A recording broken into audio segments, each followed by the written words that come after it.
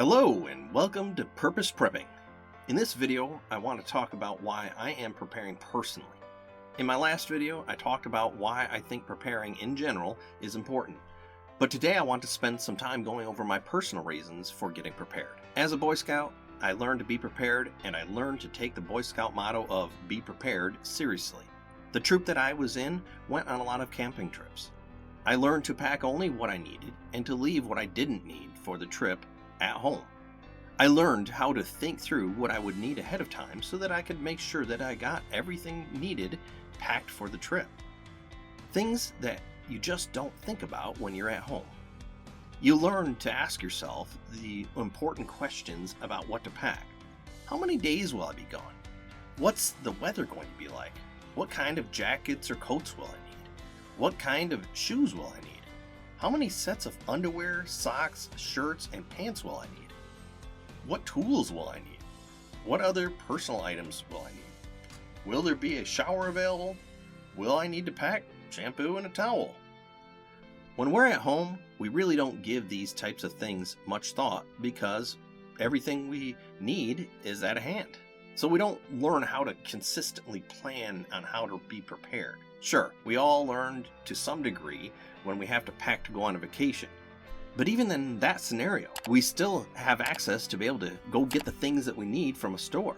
When you're camping out in the woods, you have to make do with what you brought. And since I went on so many camping trips when I was in Scouts and with my family, I had lots of opportunities to learn and refine my ability to plan and prepare. Then, when I went into the Navy, I was able to refine those skills even more. Not only did we have to make do with what we brought with us when we went out on a boat, we didn't have much room to store things, and so we couldn't bring much with us to begin with. So I learned to pack even smarter. Both Scouts and the military taught me different things about planning and preparing. I learned a lot of skills about planning and preparing, and I got good at doing it. But it was this last year that revealed major weaknesses that I have. What happens when we can't go to the store to get what we need? What happens when the store doesn't restock things for weeks or even months? Well, those are questions that I had never really considered before because I never had to think about them in the past. But this last year, I was forced to ask those questions. I started out with no toilet paper, right? I went to store after store, day after day, looking for just a single package of toilet paper. This went on for weeks. Then I would finally find a store that had toilet paper, but they would only allow us to buy one package. So I would buy that one package, and that got us through for a little while longer. But I kept having to go to store after store, day after day, just to see if I could find yet another package to get us through for a little while longer. It was a nagging thing constantly in the back of my mind. I was nervous that we would run out. It seems so silly, but it really is something that you don't want to run out of. Then there were the packaged goods. The stores weren't restocking things like pasta, beans, rice, flour, and sugar and other common shelf-stable foods. I would buy what I could when I found it in a store, but it was a real challenge. At least some stores had some items, and unlike the toilet paper, of which they didn't have any for such a long period of time, I would get those items that I needed. Eventually, things settled down and stores started restocking. Things got back to normal largely, but this experience led me to a very important place. I realized just how fragile our just-in-time delivery system really is. I realized how dependent I am on our supply system. Most importantly, I realized how unprepared I am to be able to even provide basic things for my family, and I learned to ask new questions. What would I do if we ran out of toilet paper completely and I wasn't able to find any at the store? What would I do if the stores weren't restocking dry goods or even fresh foods? What happens if we have another situation where I'm not able to get items from the store for a period of time? How long can we go on as a family without having the ability to replenish? These are the questions I never had to ask for because I always assumed that the stores would keep up with the demand. Oh, how wrong I was. Now, whatever happened over this last year is not something that I hope will be a regular thing. But what happens if we have a natural disaster that keeps the stores from replenishing? Will I be able to feed my family during that time? How long will I be able to last without being able to go to the store and get what we need? You need to ask yourself these questions. How long can you go without going to the store? Over this last year, I have seen a lot of things happen that just don't make sense. I used to think that people would be generally rational. I thought that I would be able to count on others to do the rational thing and the right thing most of the time. But we have all seen just how irrational people can be. We have seen that a lot of people don't care about doing the right thing when it comes down to it. I realized this year just how dependent I am not only on our supply chain system, but also on other people.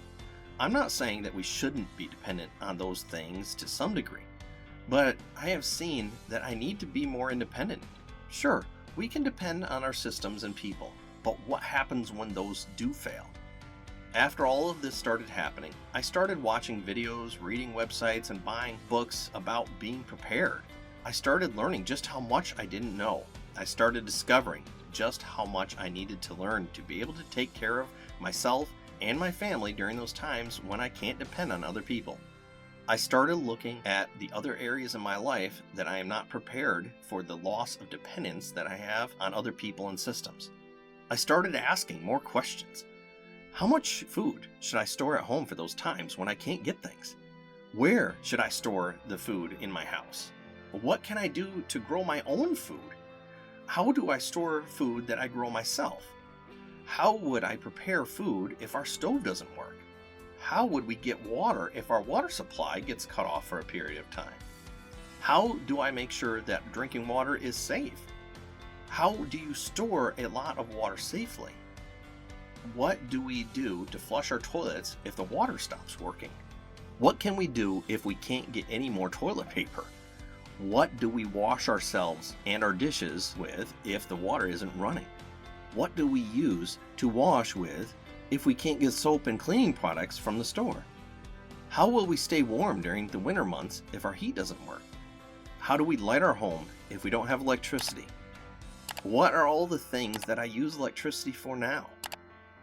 What would I do if I wasn't able to use those items? How do I charge my phone? How do I communicate with people if phones aren't working? What do I do if I'm not able to get fuel for my vehicles from gas stations? How do I protect my family if I can't reach the police or if they aren't available? What happens if someone injures themselves and we're not able to get to the hospital? What items do I really need for a first aid kit? These are just some of the many questions that I began to ask myself. These are just some of the questions that I began to search for answers for. I didn't have answers to most of these things, and that concerns me greatly. I imagine it concerns you too. How many of these things do you have the answer to? Would you be able to take care of yourself and your family if you couldn't rely on anyone or anything else? Even if it was just for a short period of time. But what if it was a week or more? What if you had to go a whole month? What if a natural disaster made it so that you had to go more than a month? What would you do? Have you thought through it? Do you have a plan? I was scared when I realized just how unprepared I was, just how unable I was to answer these questions. I don't say any of this to try to scare you.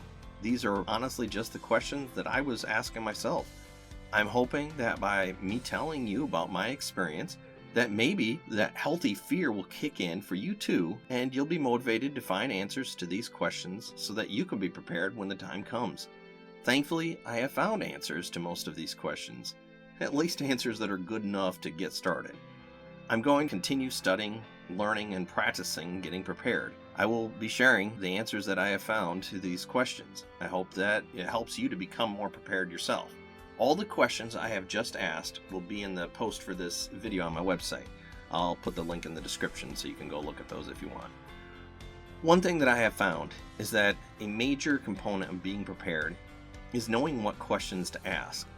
If you don't know the right questions, then how can you find the answers? Please let me know what questions are the most important to you. What questions do you have that would lead you to find answers so that you can be more prepared?